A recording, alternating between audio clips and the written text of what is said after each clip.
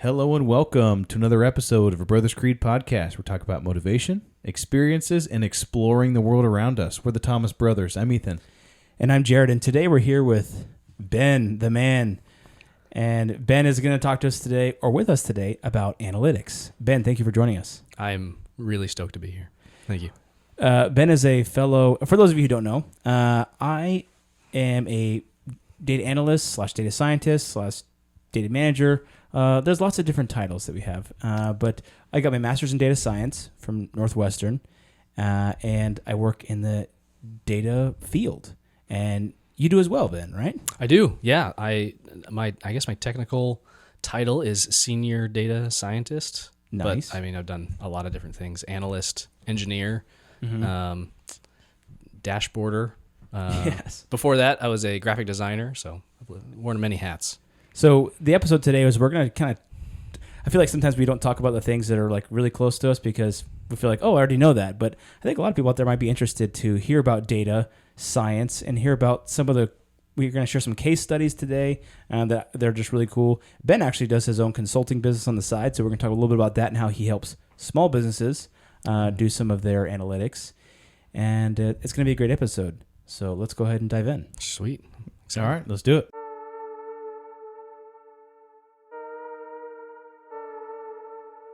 Yeah, I'm thinking I'm back. Most valuable commodity I know of is information. And that, my friends, is called integrity. That's called courage. Now that's the stuff leaders should be made of. Either you're somebody or you're nobody. You're not the devil. You're practice.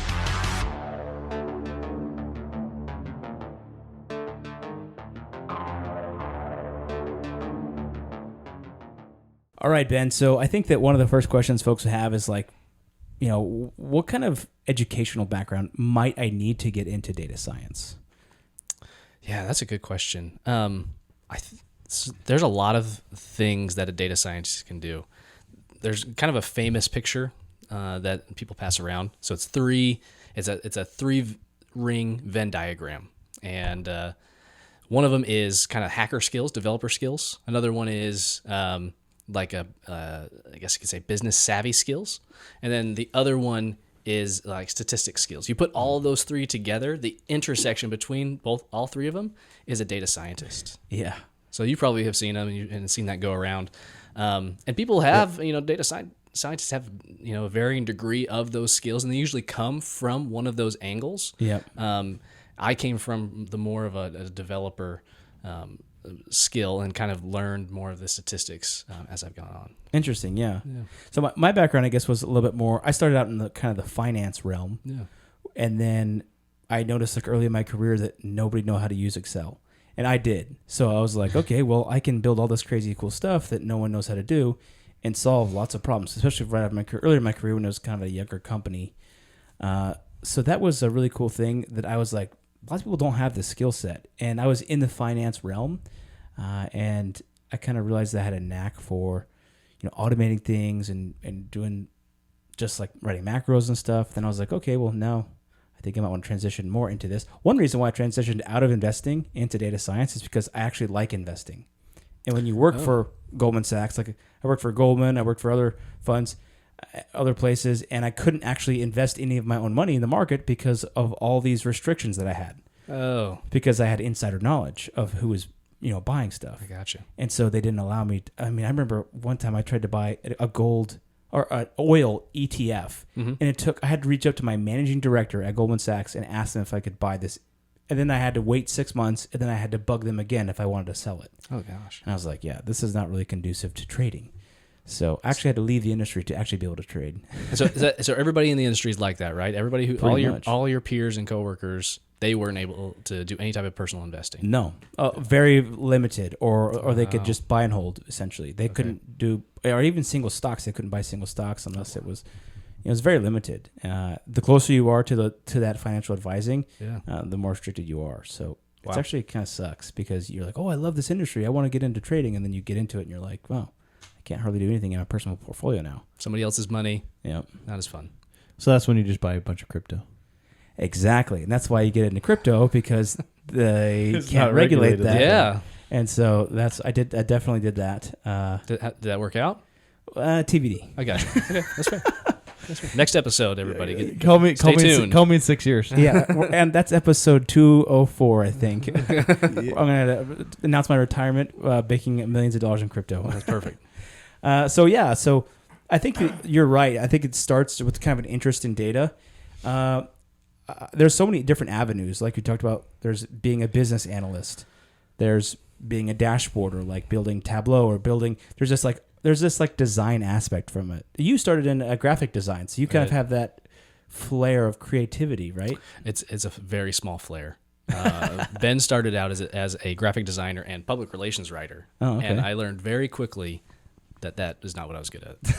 I had a lot of awkward conversations with my manager when I was like behind deadlines or when I wasn't able to do things, and I would be like, I don't know, like I was always a hard worker. I was always in their office, and they were always telling me like, hey, we need to kind of step it up, or you're not gonna have a future here. And I'm like, okay. And then I met somebody randomly that at my company, and I was just handing out resumes trying to get out, and I met them, and they are like, I have a job in technology. You want to jump in on that? And I was like, sure. It's something else. I think I like technology. My dad's been in technology, and jumped in, and man, I haven't looked back since. Like, that's the way my brain is wired, I realized. That's and awesome. It took me a while, but I got there. Well, I think one thing with with data as well is that it is so widely applicable to so many different things that it's I mean, it can be applied to anything from kind of the financial or investing world. Or I'm currently reading the book Atomic Habits, and one part of it talks about kind of when lean production became really popular. And so they're talking about how with this was like in the 80s, late 70s and 80s, the Japanese were making these televisions, and they would measure everything. And so they would have, the person that was sitting at the desk putting together these TVs in the facility, and they would say, okay, well, if they turn their chair 90 degrees to grab this tool that was 3 feet away from their thing, could it be more efficient if they were only 2 feet away from the specific tool? Or what tools did they use more than other tools? And they just basically used all of this data, collected all of this data to be able to say, okay, I mean, it kind of goes in a little bit to this design thing. How can we how can we take this data and redefine the space to say, this is the most effective way of completing something or of doing something? And then an interesting statistic is it was like, after 6 months, the American-built televisions to Japanese-built televisions, after 6 months, it was like you were 75% more likely to have your television serviced if you bought an American television than a Japanese television, just because they used the data, right, to improve how they were completing a task. Right. Which is kind of outside of what you think of. Well, I mean, I don't know if they were using Excel or whatever. I don't even know if Excel existed then, but they were using some sort of analytical tool to find out the most efficient way to do it. That's for sure. Probably not if it was that early. No, 80s probably not. Yeah. No, and it's funny you say that. So I guess people always ask me growing up like what I wanted to be, and I didn't know. I knew in the back of my head, this is kind of the punchline for the listeners. Like, this will get to my creed too. We'll touch on it. But I knew that I wanted to help a lot of people, and I wanted a skill that would help a lot of people. So I thought for sure I was going to go into some type of disaster relief. That I was going to go and to people who natural disasters just hit. I was going to go have a set of skills I could go and apply and help anybody in a situation. That did not pan out. I did not do that. But I slowly learned, and before I got my master's in data science, that it's data science, like you had said, Ethan, that it can apply to anybody, and everybody has data. And that's also kind of what I try to talk about in my personal business. You have data, and it will help you do tons of things. Let's find out. Oh yeah, like half these, almost every single social media company now, they make money off their data, Right. not off of anything advertising or anything else. In fact, I have a case study about one company, about UPS specifically, and the amazing way that they use data.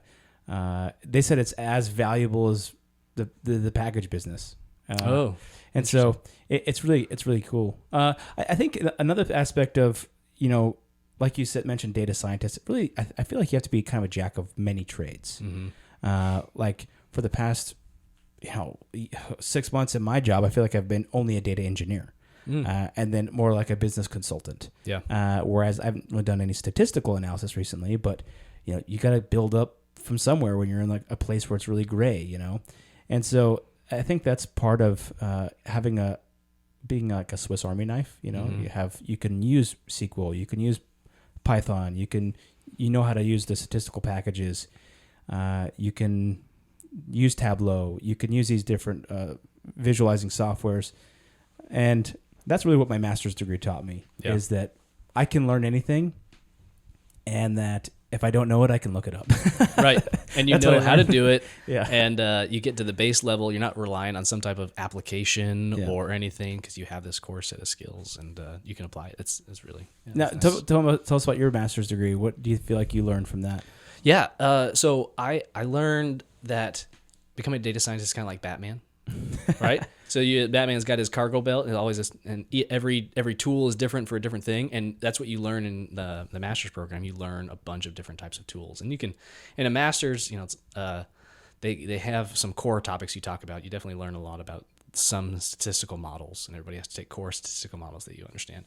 But they can teach you basics of, this is how you approach a problem, and this is the way that you would try to solve it. I had my one teacher, I always remember what he talks about and what he said. He said that if you can define a question to be a yes or no, computers can say and solve yes or no questions very easily. It's your job to distill the question down and to feed it in the right way to the machine.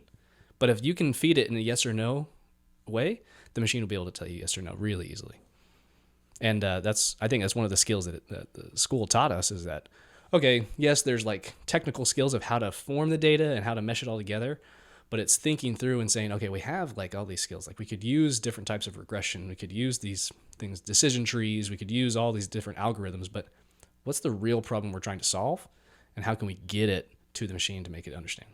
Yeah. Yeah, I love that. That's the future, Nowadays with ChatGPT, you just say, "Hey, what is the answer?" It'll tell you what the answer. It doesn't need to be yes or no. No. But you've seen a lot of people. The more specific they ask, the more refined you get back. Yeah, and, exactly. So I think it's I love the fact we were talking about it today at work. All the data scientists chat. We were talking about ChatGPT and the opportunities there, and I think the skills are going to be, can you think strategically and think organically enough to say, this is the result that I want to get? We don't have to worry about the how anymore, but it's the what. Yeah, exactly. I like that. Well, let's talk about, I think one thing that would be interesting to share with maybe non-technical audiences, and sometimes people listen and they're like, well, what is data actually? Give us some actual numbers or some actual case studies. So I know that you have maybe a case study in mind or just an example in mind, and I had this one about UPS. I wanted to share some information about that, but let's maybe hear yours first. So in 2006, and I'm gonna forget the name of the hurricane, right? But we're gonna call it Irene. I think that's wrong, and there's gonna be listeners. I'm sure they're gonna be like, "Hey, this is wrong," and I'll be like, "Yes, I'm sorry." But for the sake of argument, for the sake of the podcast, we'll say it's Hurricane Irene, 2006. Where were you guys in 2006? You remember?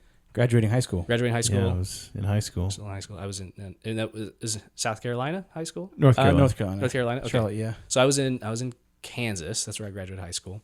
But a hurricane came in, and just, it was a pretty big hurricane. Came in Central Florida, and as it was coming in, it was predicted, like they were showing, the predicted path of the hurricane. Walmart comes in and says, okay, we really want to get things to our Walmarts so our customers can buy all the specific items and specific things they really need. And so the head of the data science, or the head of the data of technology, she went to her team and said, I need you to run all of the data that we have for all of our Walmarts before a natural disaster. So we know what to stock on the shelves, because those are the things that people need, right? And people already told us what they are buying. That's through our transaction history. So just look through that and figure out what people are buying right before all of these natural disasters. So that's a pretty easy thing for a data science, data engineering team to do, right? It's in our case, it's probably just filtering. Yeah, right? just doing a filter on Look what's at products specific surged. Yeah. Right. Yeah. But look at specific dates and then just pull whatever product surged before those. Yeah.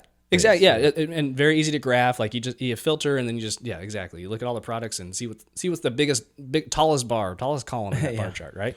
Milk, bread, eggs. Is that was gasoline? I was gonna guess. So is it gas, milk, bread, eggs, water? Is that what it was? Probably. Water.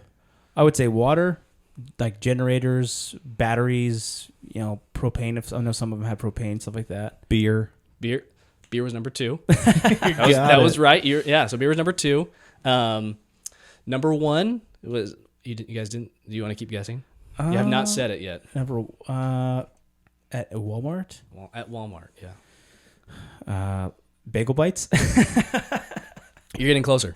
Snack food. Yes, strawberry Pop-Tarts. No way. Strawberry Pop-Tarts was the number 1 item people were buying before these natural disaster hurricanes and all of these Walmarts.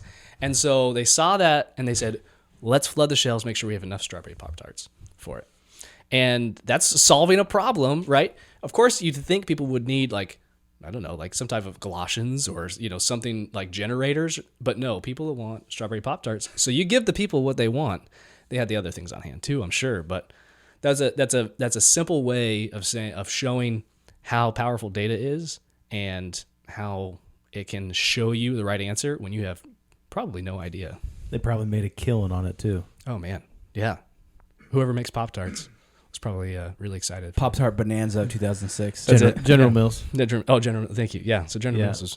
Yeah, that was. I did inventory management for a retail company. Okay. A retail store that had like 8,000 stores around the United States, and that was my area that I managed inventory for, was the cookie cracker section. Ethan was the Pop-Tart man, and anything from Cinnamon Toast Crunch to Oreos to Vienna sausages.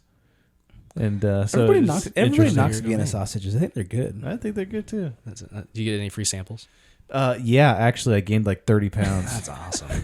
Congratulations. Just sitting there, we had a drawer. So the suppliers would just send us like boxes and boxes of samples, and so we had this massive filing cabinet that they have like the drawers that like a person could like crawl out, like lay in, and one of those drawers was just full of anything from like beef jerky to Oreos to anything you can imagine, chips and this and that and the other, and so it was bad. So all these places, all these new places are like, hey, we're hip. We have snacks. Yours is like, we have Vienna sausages, and yours you can lay in. It was funny because funny because I was trying to build relationships across the organization, and so I would go and I would sit with the transportation team, and I would do a whole kind of a day shadowing the transportation team, or I'd go sit with kind of our global sourcing team or whatever else.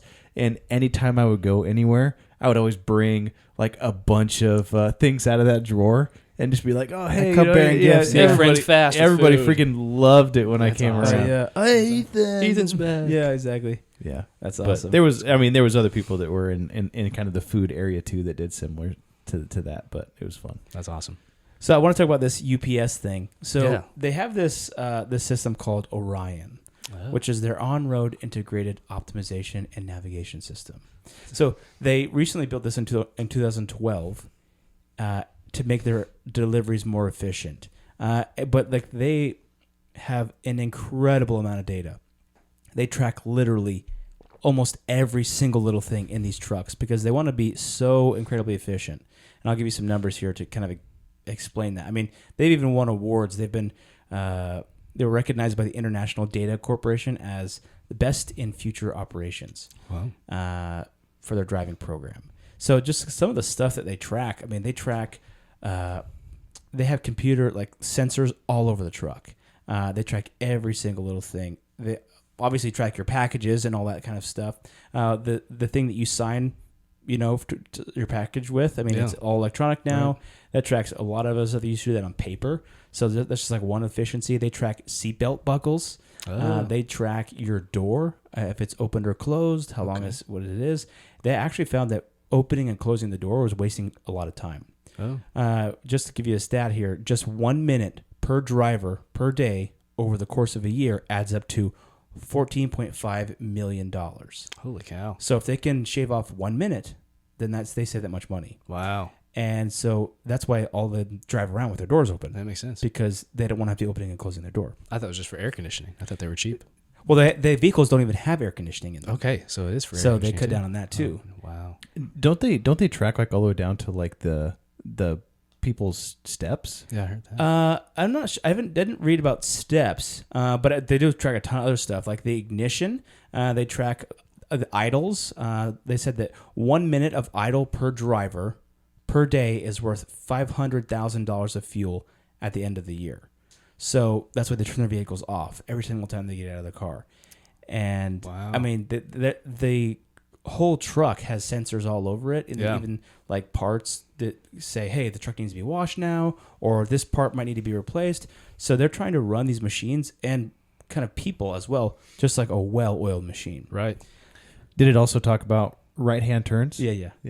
So there's a black box in the back of the truck that kind of uploads all this data when they get back into the warehouse at the end of the night, right? Okay. So the data, one of the guys who's over this data thing, his name was Jack Levis.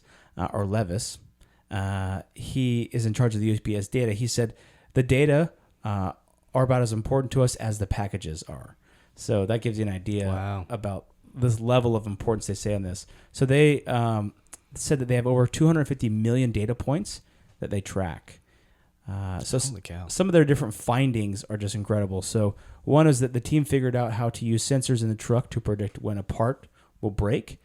So they're calling this the predictive maintenance. Predictive maintenance, to just keep their stuff going. Yep. Optimized their routing, and that's where the Orion system comes in.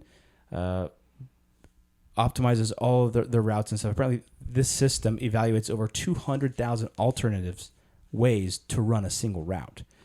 And one of the things that Ethan just mentioned is that their routes avoid going against the flow of traffic because it creates more idle time for the engine. So they only all the routes prioritize right turns, so they don't have to turn left. That makes sense. So that you keep with the flow of traffic. Right. Another one of their stats here is that 1 mile per day per driver could result in saving of 1.5 million gallons of fuel per year, which equates to $50 million in savings annually. So that's a lot of, 1 mile, just 1 mile. And so part of that is like they don't want to have people like forgetting packages and I have to go back and do this reroute. So they use kind of the computer to help them pack the truck the most efficient way they possibly can, so that no packages are missed, so they don't have to go back to do anything. They monitor your driving habits. If you're backing up often, they don't want you to back up because it's more liability. You're more likely to hit somebody. Right. They don't want you to do U-turns and other types of behaviors. So they're tracking every single thing you do. They don't want you like speeding up and then stopping. They want you just kind of go at a steady pace because it reduces the amount of gas. There was an article and the driver was like, I do feel kind of like Big Brother's always watching me, but they're some of the best paid drivers in the business. Right. I mean, they make like I think I saw something about $77K a year was what they make. And they used to do about 90 deliveries a day before this. And now they do 120 to 175 deliveries a day. So they are just like incredibly efficient. There was a stat I saw, an article that was as of 2014. So it's a little bit older. Obviously, it's probably way higher now. But it says since 2001, they are using the data to optimize the routes. And since then, they have saved over 39 million gallons of fuel and avoided 364 million miles. So, they're saving tons of powerful money. Yeah. And for your stockholders, if you were to implement this system like this and you own shares in this company, you're like, dude, we're saving so much money and making unbelievable amounts of money. And I think that, let's see, I had one more here. Oh, yeah, the highest paid ones. They said that since 2012, when Orion program started, UPS has saved about 100 million miles per year, as well as 10 million gallons of fuel per year. So it's estimated that this program saves them about $100 million to $200 million a year.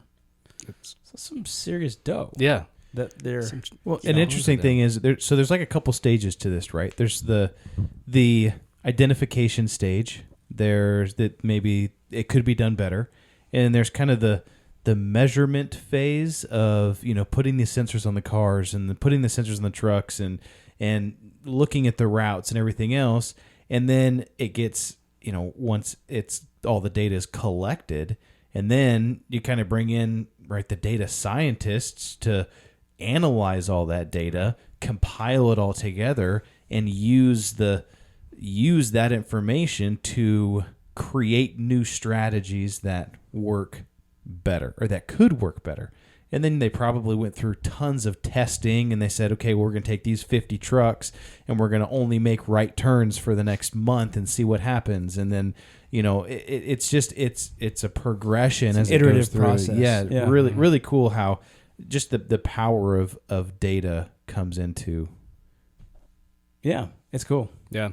Well, we use data everywhere, right? Like if you have, I have a smartwatch, right? And it tracks in my steps. Like that's data and that's information that's being used. The way I kind of distill it is that if information is saved over time, it's data. Like if we're tracking it, your likes on social media, that's data. If you have any type of home security system, it's tracking data. Now, if you have a smart device or smart kitchen, smart anything, it's tracking it. That's data that's being saved and can be used in any way. And the cool thing about it is that it's everywhere and available to any company, not just UPS. Yeah, these guys are keeping their system proprietary, a little close to the vest, obviously, because it's saving them tons of money.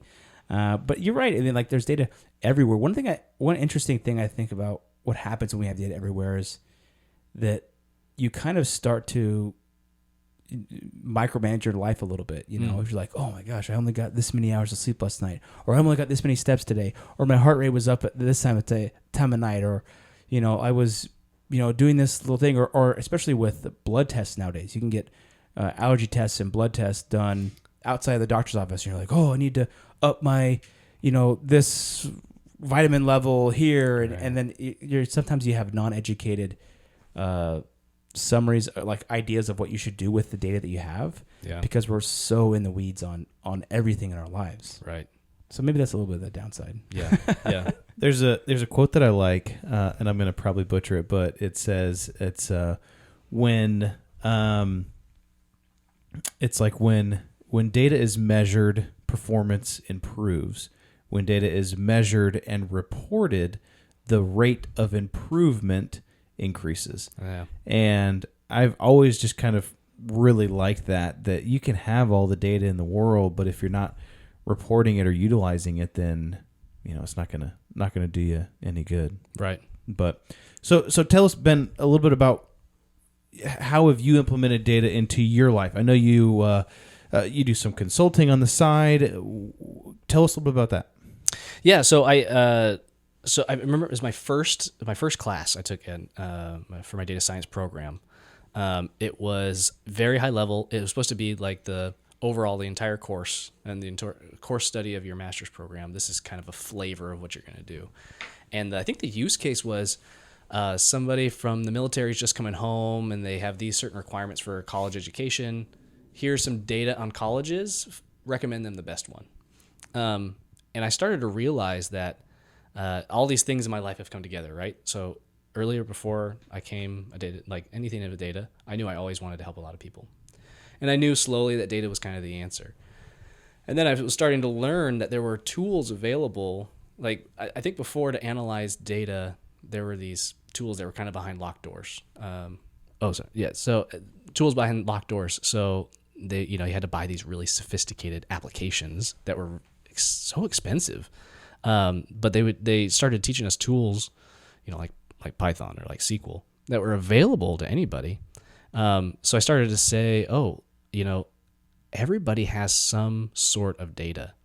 And really the only blocker for somebody to start having savings equitable to what UPS has is not so much like the resources they have in terms of data, because data is really cheap. It's cheap to save information. It's cheap to save data. The lack of resource they have is somebody to make sense of it. And, keeping that in mind, I thought, well, there's lots of businesses out there that could really benefit from, these insights, right? If I could go to a company and say, I could save you, 20% on your income, or make you 20% more, or save you 20% of time, that's a big deal to them, especially like a small and medium-sized business who, maybe they have a little bit of breathing room. They're working not so much, in the business or on the business the entire time, or in the business. They have a little bit of breathing room, but they don't have the funds to have this giant analytical arm and analytical department like UPS has, or these bigger companies. There's opportunities out there, and it's not too expensive for them.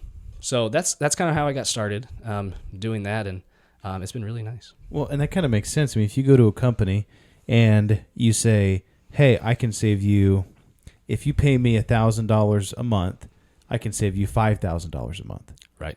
It's just kind of like, why wouldn't you? I mean, if you can actually prove that legitimately, then what company wouldn't do that? I mean, it's kind of a net save of $4,000 a month for them. So they're like, oh, hey, that's great, especially for a small business or whatever it might be. Right. Well, there's a stat I like to share. It's they said if you can harness your data 15% more than you already are, for a Fortune 500 company, you can make $500,000. Just maybe like 10% more harnessing your data. Now imagine if you're like a Fortune 2000 company or Fortune 1000 company, right? Like that's these small, medium-sized businesses.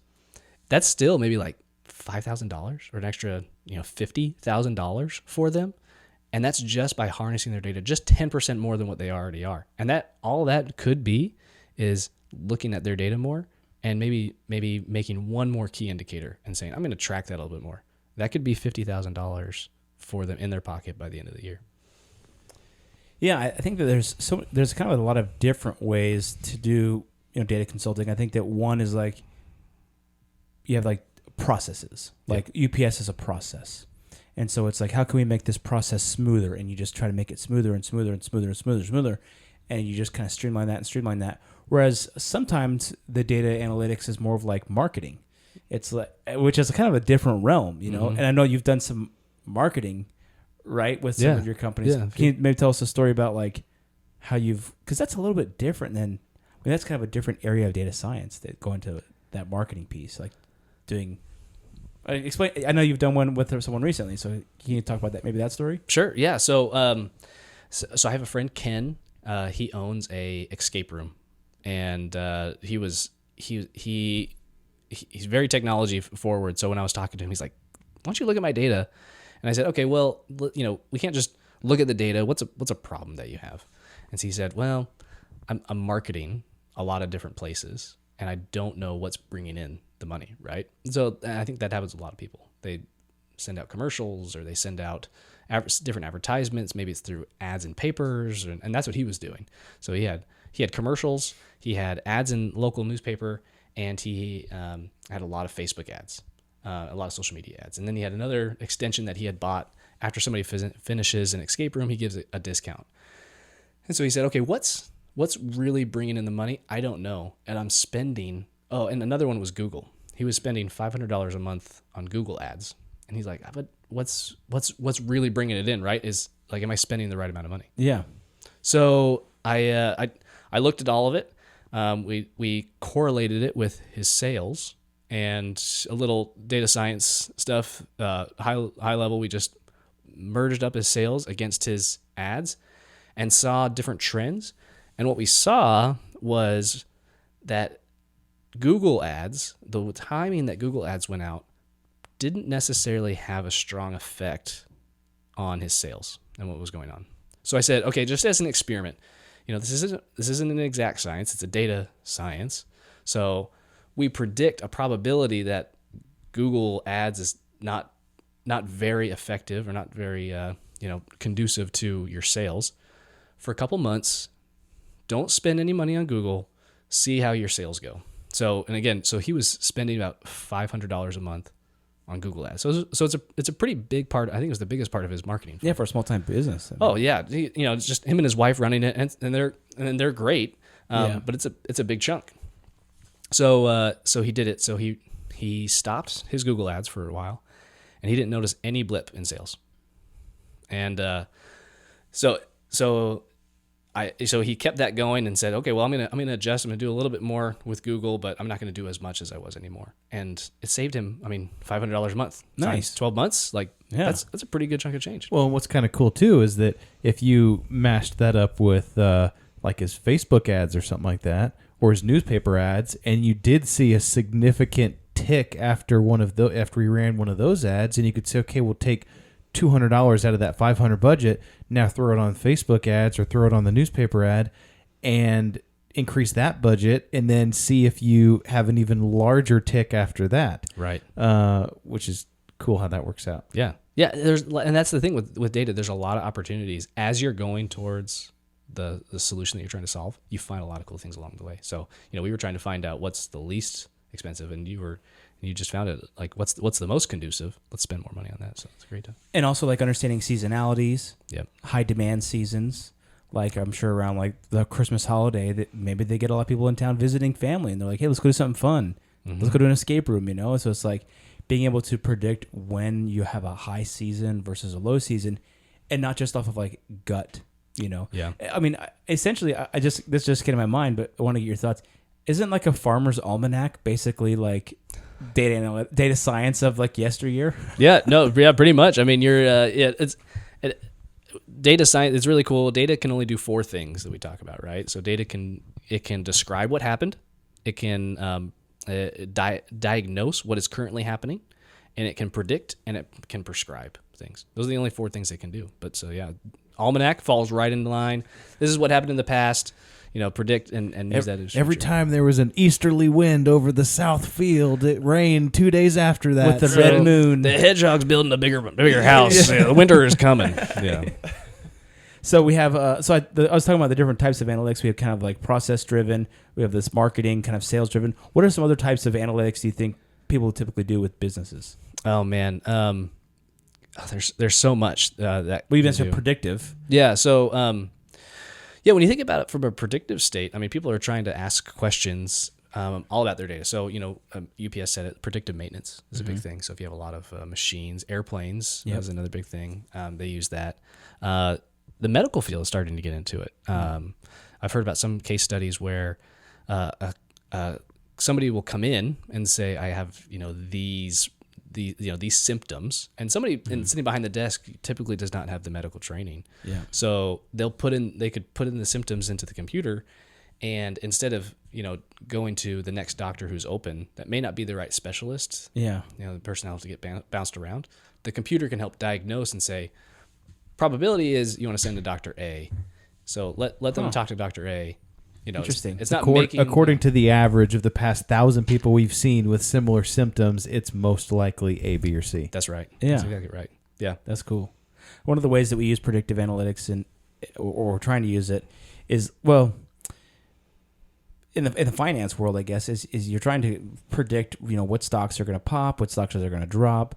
You can look at pull in their like for SEC filings and like 10Ks and 10Qs, and you can look at those and you can scrape them for positive or negative sentiment type words. Oh. And then you can say whether, I think maybe this is going to be good or bad. In fact, at ChatGPT, they were saying that you just go and like pull in just go and highlight all of the 10K or the quarterly filings of say Google or what Tesla. Sure. And then you just go and you just paste it in ChatGPT and say, summarize this in like 4 sentences. Is this a positive or negative sentiment? And it'll just tell you whether it's a positive or negative sentiment. Wow. So it's pretty revolutionary. It's pretty powerful, yeah. Because companies are building all kinds of systems to be able to scrape these and look.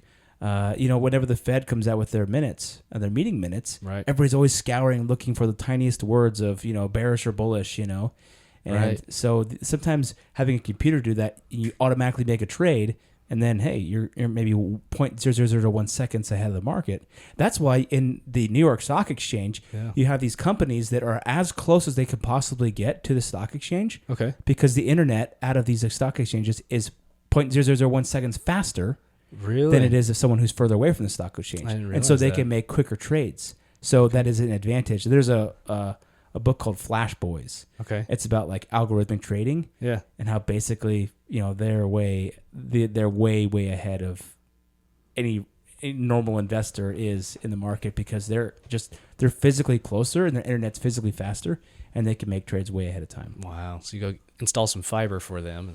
And they can take advantage of arbitrage opportunities as well. So like say this exchange is trading for, $1, and this exchange over here is trading for 98 cents. They can buy up a bunch on this exchange over here for 98 cents and then sell for $1 over here. Wow. And so, that with computers is just, really cool. That's wild. Yeah. Yeah. I was thinking about another one, kind of like propensity models. Do you ever do anything like that with your work? Give me a use case. So like with something that we do is we would say, what is this client's propensity to adopt this other product? So what we'll do is, I work with a company that, works with financial advisors, and we'll say, okay, we have a client that, has, a 529 plan, they have a 401k, and they have a trust account. But other clients like them also have, this cash, service that we have. Maybe that person would be interested in this cash service. So we'll like do like a, they have maybe a high propensity for cash because they're similar to others who have, or in that same cluster, who'd have the same products. And so we'll suggest to the advisor, hey, next time you're on the phone, talk to this person about this cash product that we have. Maybe they'll like it. So you're using like KNN, or what are you doing? Yeah, well, we're doing that, and sometimes we're just looking at. Sometimes we're doing that. Sometimes we're just looking at the very basic of like, does this person have this product? Yes or no. Okay. If not, let's push it to them because because they're in a position where they might need it. So sure. In some cases we could do that, but in some cases we would do kind of clusters. Okay. And then propose that. Yeah. Is that kind of comparable to how if your phone is off but it's on the counter, but you're talking about like baby cribs or you're talking about gym shorts or something like that, whenever you open your phone, then it's going to like start giving you ads for possibly, for those things. It's high propensity for baby cribs. Yeah, it listens to your conversations or it takes all of your search data and then it gives you suggestions on things that other people have searched similar things to you and also this other thing, so we're gonna show you an ad of this other thing because you might be at a higher propensity to click on it or to buy it or whatever. Yeah. It can and does happen. So yeah. The kind of the last question that I had, and we've kind of talked about this with the ChatGPT. Basically, ChatGPT, for those of you who don't know, is kind of an AI or an artificial intelligence type program that you can ask questions or that you can give big data sets and it will compute or give answers to whatever those questions might be. How do you see, in my job, we have been implementing a lot of like these bot situations where we'll just, have someone that'll program a bot to do an analytical task and then it'll just run, 3 or 4 times a day. How do you see AI kind of changing the future of technology and analytics? This is a big question. I will say that is beyond my pay grade. I will answer it the best I can, but I will note for everybody listening, I am not the qualified person to answer this. But again, today we were talking about it as our data science team, kind of the opportunities that exist there. Some people are very doom and gloom about it. Like it's scary, right? Everybody's going to lose their job because they're going to be replaced by computers. You watch it there was iRobot scenes being passed around from YouTube and like, hey, watch this is going to happen, right? But then other people, myself included, were passing around like Star Trek scenes and saying, hey, like the computer can do tons of stuff. We can replicate food. It's going to go that way. What I'm seeing a lot of, and you can definitely, I want to hear your guys' opinions as well, is there is an optimism that exists.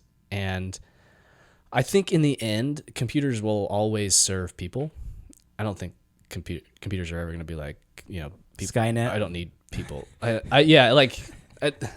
singularity. People are the virus to be exterminated. We are the cure, Mr. Anderson. So there's that jump that I don't think we're ever going to get. That I don't think we're ever going to make. So in the end, I think it's all about helping people, and if we can help people more efficiently, I think that's what's gonna that will always ring true. And so we have things like ChatGPT. We have this what UPS is doing. We have all of these things that have really cut out a lot of the middle stuff. And some people, I was listening to an interview. Somebody predicted that half of the universities, because of ChatGPT, are going to go out of business. They're going to go away. And go ahead. Well, I was just going to say, I think it's just going to change. I don't know if it's going to particularly replace people, but I think it's going to change how people work, right? Mm-hmm. Instead of hiring somebody who can write you a bunch of code, you want to hire someone that can ask the right questions or set up the right parameters to an AI type program and say, write me code that does XYZ, and then it'll kick it out. Right. So I think that just the need will change, or maybe how work is done will potentially change. But there will always be a need for someone, like you said, it's kind of that relationship to harness or give the AI a direction. Yeah. And I kind of think that is going to be the future of the need that is higher, that people are going to hire for, is the ability to kind of give a direction to specific tools that we have. I wouldn't doubt that in the future, people, in the next 10 years on their resume are going to say, oh, I'm an expert in ChatGPT, right? I mean, it's just like, I can utilize it to the top of its ability and not just ask it questions like, how do I make more money? Right. Which I've done. But yeah, exactly. I think that some of these things, like nowadays, I think analytics is what they call table stakes. Mm-hmm. It's almost like if you think FedEx is, if FedEx didn't do analytics like UPS, you think they'd be in business? No, they'd be out of business. Right. So you have to do these things to even keep pace with your competitors. It's kind of like nowadays, it'd be like, if you don't have a website, it's like if you don't have a website, what kind of business are you? If you don't have a social media presence, how are you even making money? Sure. And like nowadays, it's almost like if you don't have a podcast, like, and that's almost becoming like a method of like, you have your Instagram account and your own podcast. Most companies have their own podcast now too, right? Because it's becoming table stakes. And so I think what's going to happen is that AI and these like higher level things are just going to become the new table stakes. But it's just a new technology like everything else. You think about when the first man created, when it went from rowing boats to using sails. It's like, hey, well, all these people are going to be out of a job. And it's like, yeah, well, they better wise up and learn how to use, rigging and work these sails. So I think it's going to affect kind of the bottom rung of society that does these kind of minimum wage, especially procedural jobs, laborious, like factory workers and stuff like that. They've all been replaced by robots at this point, for sure. But folks that are kind of striving to increase their intellectual ability, and something I tell young data scientists all the time, data analysts, data scientists, is I'm like, you know what? There are 1 million people that are trying to get into this industry. Mm-hmm. I think when I was in my master's degree a couple of years ago, there was like an article that said that data scientist is the new, like the sexiest job of the 21st century. Right. And really, there's a ton of competition coming from India. Mm-hmm. There's like an endless supply of data analysts. And so whenever I talk to anybody, I'm like, you know what you can do to differentiate yourself is just be like a consultant. Yeah. Have that business mindset, because a lot of people get into data and they're just kind of like data crunchers, and but they can't talk to the business. They can't ever make those conversations, and so the business doesn't want to deal with them because they don't speak the same language. That's right. So I'm like, you need to be a business consultant and then like a data analyst, data scientist second. Is if you can have that skill set and you can talk to people and you can actually think business-wise, then you're going to go far. I know a lot of data scientists where I'm like, have to tell them every single little thing And I'm like, you're basically like a program yourself. Like, I have to program every single little detail of what I want you to do for then you to go do it. Right. And so I'm like, you're not going to go far with that. Right. So that's one piece of advice I would give to our listeners that I've really seen in this whole world, in this realm of data analytics and science, is that you can't just be robotic. You can't just be. You have to be a personality. You have to be someone that they'll go to and say, "Hey, I know Jared's got the right data. I'm going to go to him because he's always nice. He's always, cordial with me. He thinks beyond just what I tell him, and that's how you make it pretty far." Well, that's my same advice. Is that it's all about people, and if you can learn to take somebody's requirements, say, and even they're not going to know, right, and be able to distill that and say, it's like Ken, I don't know how much money I'm getting from all of my marketing. If you are able to take that, do data science stuff with that verse, that statement that he said, and provide him something of value, there will always be a job for somebody that can solve problems and distill problems that way. So if you're able to take what the business tells you, translate that to your data science stuff, and then translate it back, there's always going to be opportunities for you. Yep. And that's that storytelling. That's it. Yep. So I want to get a little bit of a personal question, and then we can get into kind of our creed question that we always ask our guests on the podcast. So maybe a personal question is, the whole purpose of our Brothers Creed, right, is to develop our own personal creeds, to become better people, husbands, wives, sons, fathers, whatever it might be. How can knowing a little bit or a lot of it about data and analytics, how can that help kind of the average Joe in his life every day? Oh, man. I mean, maybe you're not, suggesting massive changes to the board. Maybe you're not, making, have a business about data analytics, but how can maybe just kind of, you said you have a smartwatch, how can tracking your own data help improve your own life? I think understanding data and understanding what it can do, and the positives and negatives of it is almost required in our world. It's like using a computer, right? You see some of the older generation maybe doesn't know how to use a computer, and their lives would be really benefited by it. And in some cases, they kind of have to know how that works, especially like if they have a smartphone. They have to know a little bit of how technology works. Otherwise, they accidentally took the picture of their social security card and posted it on Facebook, right?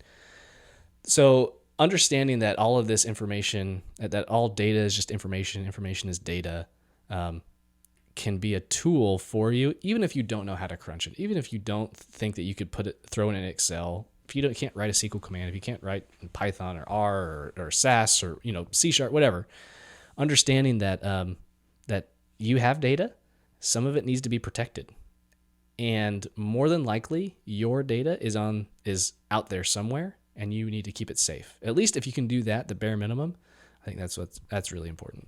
How do we do that? There are a variety of ways. How do you do that, I guess? I would first start just make sure your passwords are really sophisticated. Make them long, special characters, numbers. That would be the first thing. I'll tell you a funny story, and if my mother-in-law is listening, please forgive me. I'm sorry, Debbie.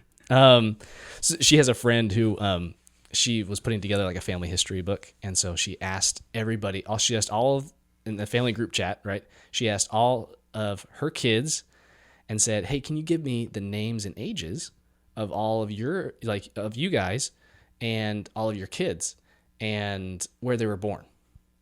Because she's making a family history scrapbook, right? Yeah. Her friend is really sweet and really nice. And I was the first one to speak up, and I said, I'm not comfortable sharing this information because ages, where you were born, and full names, this is 3 of the 5 security questions that you set up. Your mother's maiden name. Yeah. Exactly. And so Place of birth. Yeah, Date of exactly. birth, yeah. And she almost could have asked, like, what was your childhood friend's name, you know? Like, Yeah. Like, what street was the name of the street you grew up on? And so I was the one that raised my hand. I was like, this is dangerous. She means nothing by it. I totally get it. But let's not put it on. And so, you know, she asked a few more times. She's like, wait, so you don't want to do this? And I was like, I really appreciate everything she's doing. I do not want to do that. So it's just kind of knowing, like, you know, what's, you know, those types of personal things. We in the industry, we call it PII, personal identifiable information. Yep. People can take that and use it against you or spend all your money. Yeah, when I was at Citibank, they found out that one of the keywords was your mother-in-law's maiden name. Yeah. And so people would just figure that out. They would call in, and they would call in.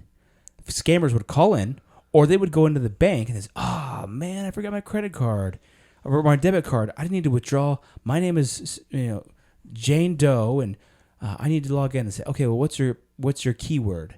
"Oh, it's my keyword is Thomas." "Oh, that's your mother's maiden name. Okay, so thank you. How much do you want to withdraw?" All of it, and Wow. that was a huge fraud thing. And so they'd have people at Citibank scouring the dark web to find out these little scams that people were doing, exactly for that. Yeah. And it's they're out there. People are out there, and and there's the government's putting up regulations. If somebody steals your money, there's a way to get it back and everything. But if you can take away that headache by mostly just making sure your password's strong and different for everything. Don't use the same password. Don't use password as your password. 1, 2, 3, 4. Yeah, 1, 2, 3, 4. Make it different and don't make it a saying. If you do make it a saying, add tons of special characters and numbers. Yeah. That's one of the biggest things that you can do, with your own personal data. Yeah, I think that's awesome. I think that's totally great. I guess, last question for you we had here is about your personal creed. We always ask this question to our guests about, creed is something of principles or beliefs that help shape or guide your life.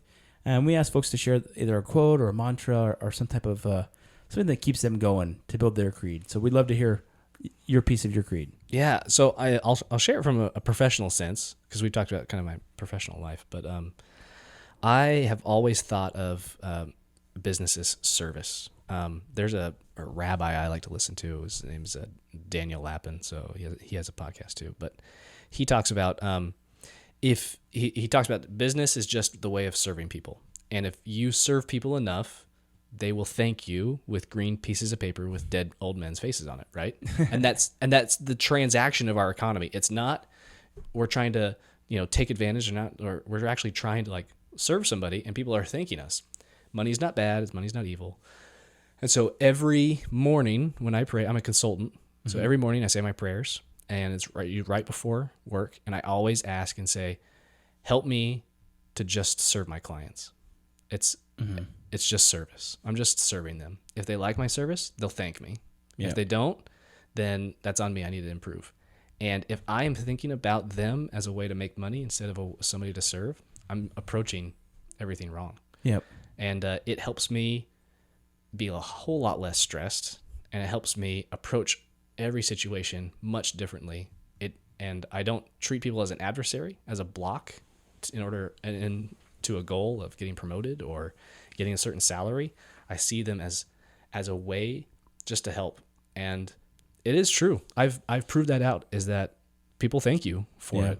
And it makes you do everything better. Makes you understand business requirements because you're seeking just to help somebody and on the other side of it.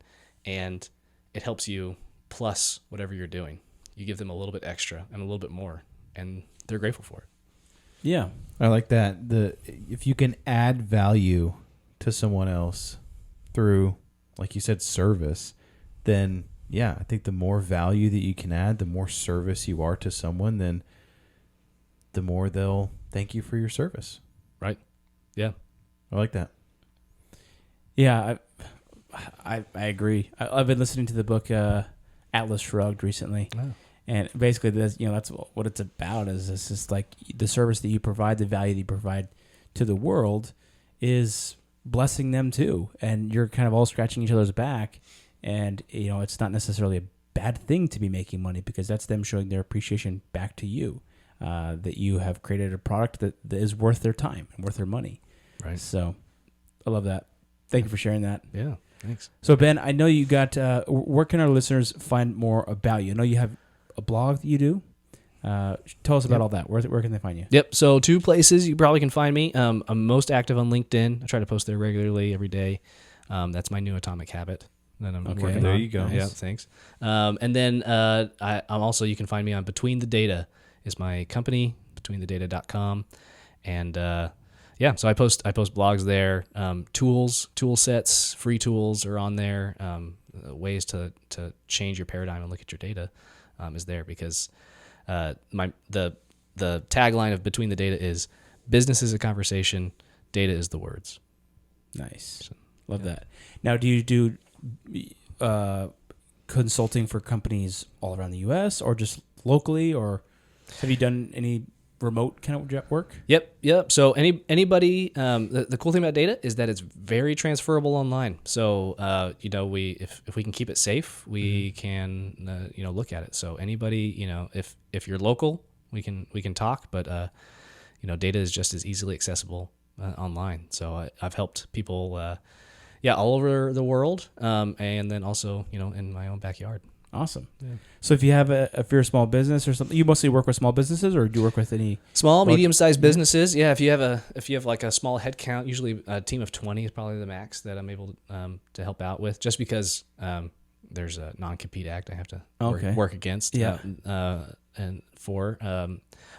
yeah, if you have any, but you can always hit me up on LinkedIn if you have questions. I'm always I'm no charge, of course. I'm willing to help, and if you need advice for the data science world, I'd love to help out. And I post things regularly on how to think through cases and how to think through data from a business perspective all the time. So. Yeah, I'm not very active on LinkedIn, but when I am, I always see your posts and I always enjoy them. Oh, well, and I like them as much as I possibly can. And I see that, and I appreciate that. So, well, thanks for joining us, Ben. It's been great chatting with you. Yeah, likewise. And to our listeners, let's build that creed together. All right, let's do it. Thanks, Ben. Thanks, Ben. Thanks, guys.